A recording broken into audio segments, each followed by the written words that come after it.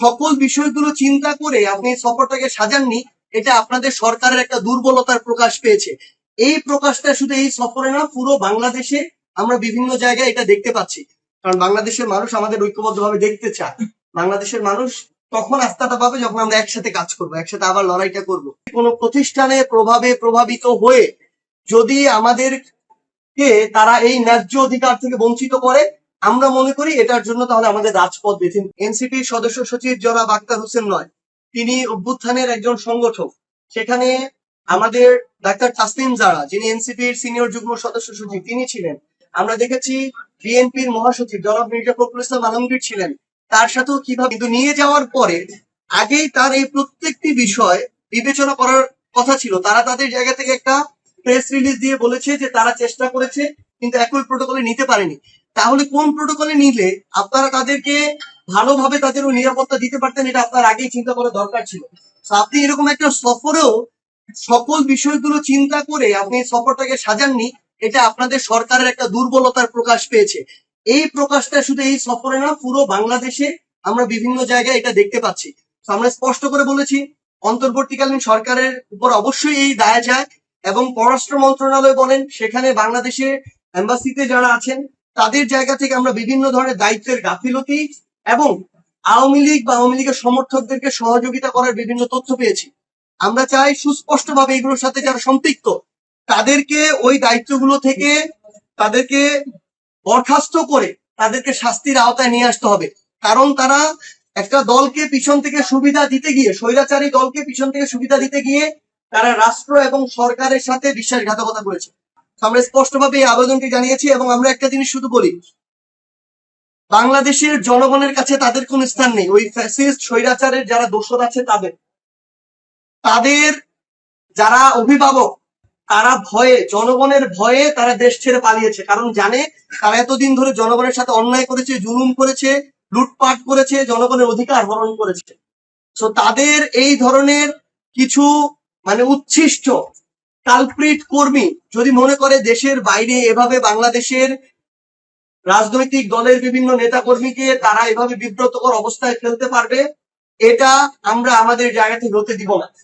আমরা স্পষ্ট করে বলতে চাই, সরকারকে তাদের বিরুদ্ধে চাইলে সরকার এম্বাসির মাধ্যমে ব্যবস্থা নিতে পারে।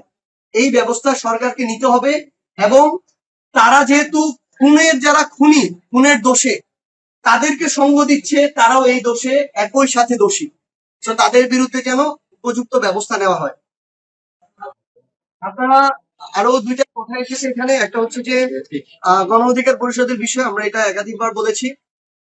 আমরা গণ অধিকার পরিষদ সমসাময়িক সময়ের একটি রাজনৈতিক দল। কোটা সংস্কার আন্দোলন 2018 থেকে উঠে আসা, নূর ভাই নেতৃত্ব দিচ্ছেন আহ্বায়ক হিসেবে। তিনি, তারও একটা বিশাল লড়াই সংগ্রাম রয়েছে, এবং আমরা চাই যে আমরা যারা একই চিন্তা ভাবনার, একই পন্থার আদর্শের রাজনৈতিক দলগুলো রয়েছে, আমরা ঐক্যবদ্ধ হতে। কারণ বাংলাদেশের মানুষ আমাদের ঐক্যবদ্ধভাবে দেখতে চায়। বাংলাদেশের মানুষ তখন আস্থাটা পাবে যখন আমরা একসাথে কাজ করব, একসাথে আবার লড়াইটা করব। ওই আস্থা অভ্যুত্থানে পেয়েছিল কারণ আমরা এক হয়ে লড়াই করেছিলাম। তো আমরা মনে করি যে বাংলাদেশের মানুষ আমাদেরকে এক হয়ে দেখতে চায়। এই বিষয়ে আমাদের আলোচনা চলছে, এখনো সিদ্ধান্তে পৌঁছায়নি, পজিটিভ আলোচনা চলছে। আমরা আশা করি যে দেশ এবং জনগণের স্বার্থে আমরা এই আলোচনার একটা সম্মানজনক সমাধানে পৌঁছাতে পারবো, এবং একসাথে আমরা আগামীর বাংলাদেশে জনগণের প্রতিনিধিত্ব করতে পারবো।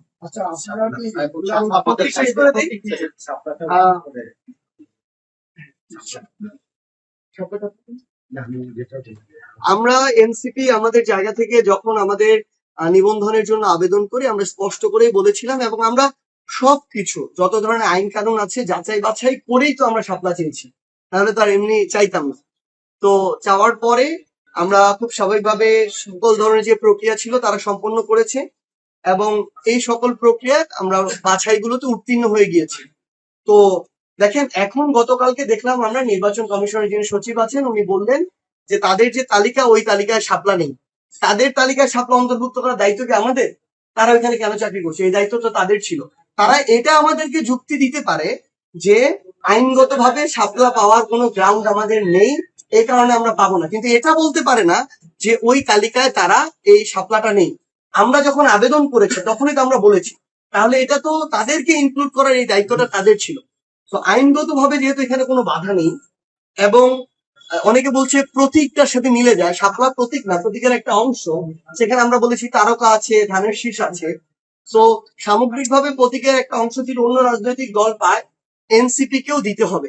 কোন রাজনৈতিক দল, কোন ব্যক্তি, কোন এজেন্সি, কোন প্রতিষ্ঠানের প্রভাবে প্রভাবিত হয়ে যদি আমাদেরকে তারা এই ন্যায্য অধিকার থেকে বঞ্চিত করে, আমরা মনে করি এটার জন্য তাহলে আমাদের রাজপথ বেছে নিতে হবে। কিন্তু অভ্যুত্থান পরবর্তী বাংলাদেশে একটা স্বাধীন এই ধরনের প্রতিষ্ঠান থেকে আমরা কোনো ধরনের বায়াসড আচরণ প্রত্যাশা করি না।